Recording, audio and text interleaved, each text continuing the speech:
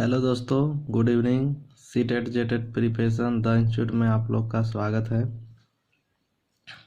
जो चैनल में नए आए हैं वो कृपया चैनल को सब्सक्राइब एवं बेल आइकन को दबाएं। नेक्स्ट वीडियो आपको सबसे पहले प्राप्त होगा। आज का चैप्टर आज का क्लास सीटेट का क्लास है। इसमें इस चैप्टर का नाम है सामाजिक रचना के रूप में लिंग की भूमिका।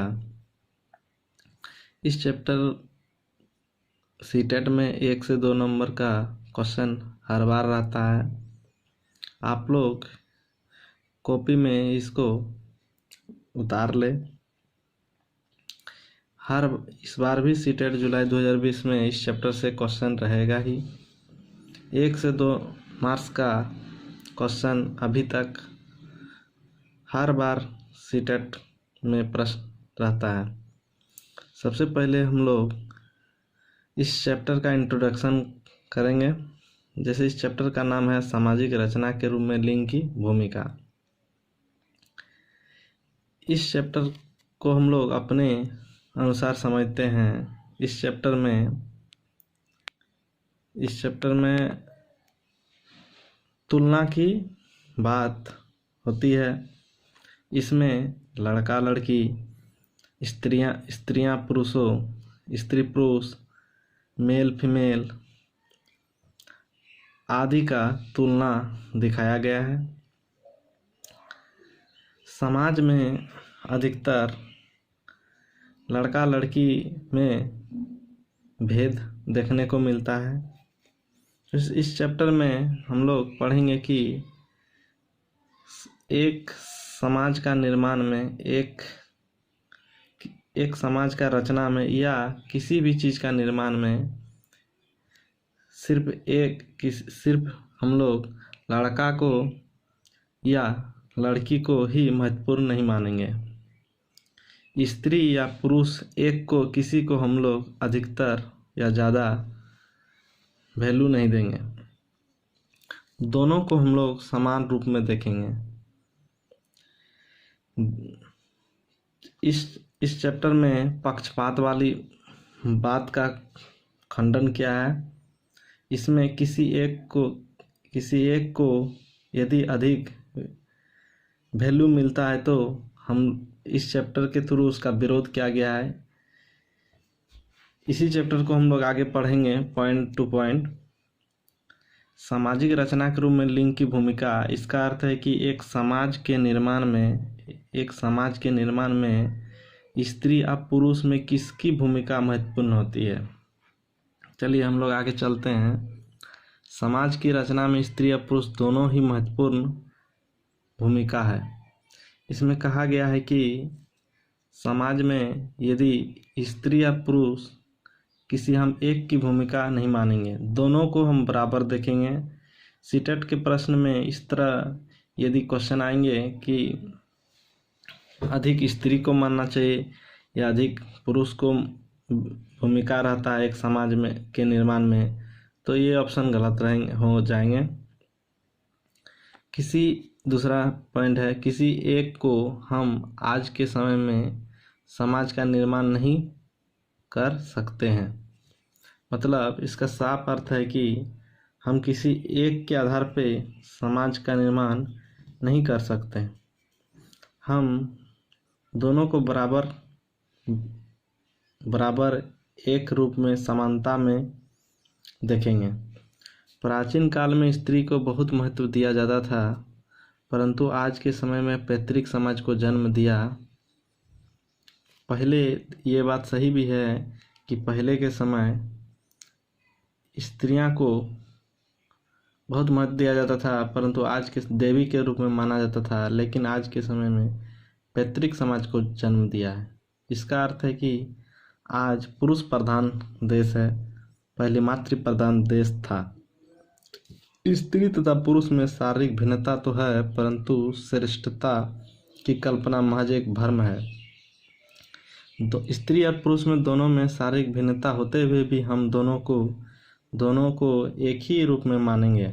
दोनों एक समाज के निर्माण में काफ़ी योगदान देते हैं। किसी एक का योगदान इनमें नहीं रहता है। आज के बदलते परिस्थितियों में महिलाएं भी हर क्षेत्र में अपना नाम कर रही है तथा कई क्षेत्रों में पुरुषों से काफ़ी आगे भी निकल चुकी है।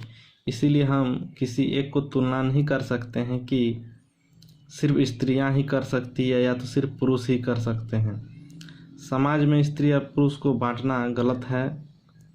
अतः हमें स्त्री और पुरुष दोनों को एक समाज के निर्माण में स्थान देना चाहिए।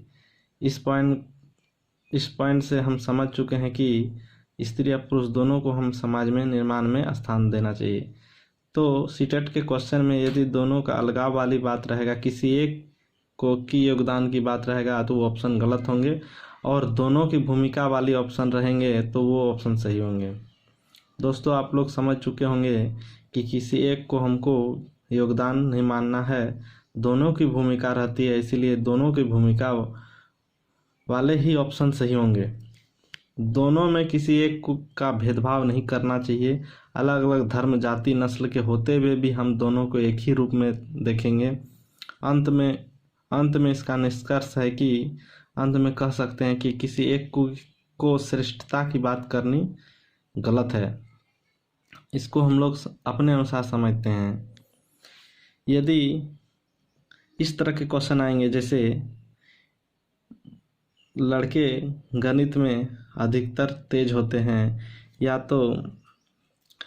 तो लड़कियां बोलने में अधिकतर तेज होती है, अधिकतर स्पीड से बोलते हैं, इस तरह के क्वेश्चन किसी एक का जिक्र होगा तो ये ऑप्शन गलत हो जाएंगे, क्योंकि ये कहीं लिखा हुआ नहीं है।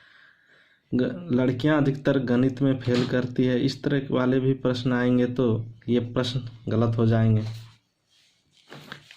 नेक्स्ट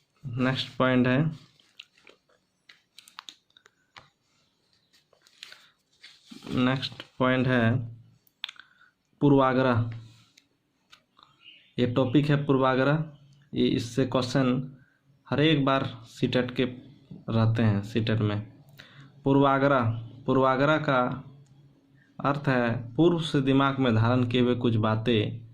सिर्फ पूर्वाग्रह का अर्थ है कि सिर्फ हम लोग मन में कुछ बातों को धारण कर लेते हैं, जो कि ये सच्चाई, इस बात में सच्चाई नहीं रहती है, सिर्फ दिमाग में धारण करके बैठा के रखते हैं। इसको हम लोग पढ़ेंगे। पहला पॉइंट है बिना किसी तथ्य या तार्किक आधार के किसी के प्रति धारण बना लेना। मतलब इसका अर्थ है कि बिना कोई प्रूफ, बिना कोई तथ्य, बिना कोई कहीं लिखा हुआ, बिना किसी से पारित सत्यता की जांच के बिना हम किसी के प्रति किसी बात को धारण कर लेते हैं, इसी बात को हम लोग पूर्वाग्रह कहते हैं।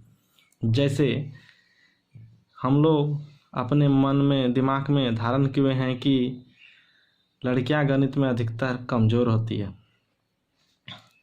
दूसरा पॉइंट है इसकी सच्चाई से कोई लेना देना नहीं होता है। इसका मतलब है कि इस बात में 100% सच्चाई नहीं होती है, ये सिर्फ झूठा या मिथ्यक बात है। इस तरह के क्वेश्चन में यदि मिथ्यक भी ऑप्शन में रहेंगे तो वो भी सही होंगे। यह सिर्फ आदमी में धारण किए हुए एक तरह की मनोवृत्ति है। मनोवृत्ति का अर्थ है मन में दिमाग से सोचा हुआ कुछ बातें, जिसके प्रति, जैसे यदि किसी आदमी के प्रति हम गलत भावना सोच लेते हैं तो वो गलत हो जाता है। उसी आदमी के प्रति यदि हम अच्छे सोचने लगते हैं तो वो अच्छा आदमी बन जाता है। नेक्स्ट पॉइंट है यह मनोवृत्ति किसी समूह या किसी आदमी के प्रति अनुकूल या प्रतिकूल ढंग से सोचने, अनुभव करने लगते हैं। इसका अर्थ है कि हम यदि दिमाग में किसी के प्रति अच्छा भी सोच सकते हैं, खराब भी सोच सकते हैं। नेक्स्ट पॉइंट है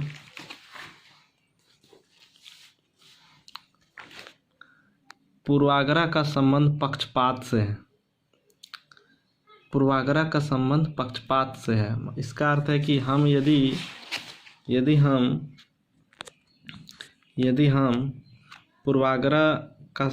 हम किसी बच्चे को या किसी स्त्री या पुरुष को, किसी लड़का या लड़की को, किसी एक की भूमिका को महत्वपूर्ण मानते हैं तो वहाँ पे एक शब्द आता है पक्षपाती करना या पक्षपात हो जाना। तो पूर्वाग्रह का संबंध पक्षपात से है। कहीं किसी भी प्रश्न में यदि पक्षपात का अर्थ है कि किसी एक को मानना, किसी एक को वंचित करना, किसी एक को सुविधा से वंचित करना। जैसे किसी भी विद्यार्थी को हम क्लास में पढ़ाते हैं तो किसी एक को अलग से यदि अधिक पढ़ा देते हैं तो वो उस क्रिया को हम लोग पक्षपात बोल सकते हैं। तो जहाँ पक्षपात होगा वहाँ पूर्वाग्रह की बात हो जाती है, क्योंकि पूर्वाग्रह का अर्थ है कि किसी एक को वरीयता देना, सिर्फ मन में बैठा लेना, किसी एक को वैल्यू देना, किसी एक की भूमिका को अधिक मानना। नेक्स्ट पॉइंट है, ये जाति, धर्म, लिंग, समाज, क्षेत्र आदि पर आधारित हो सकते हैं। उदाहरण, लड़कियां गणित में ज़्यादा असफल होती है लड़कों की अपेक्षा।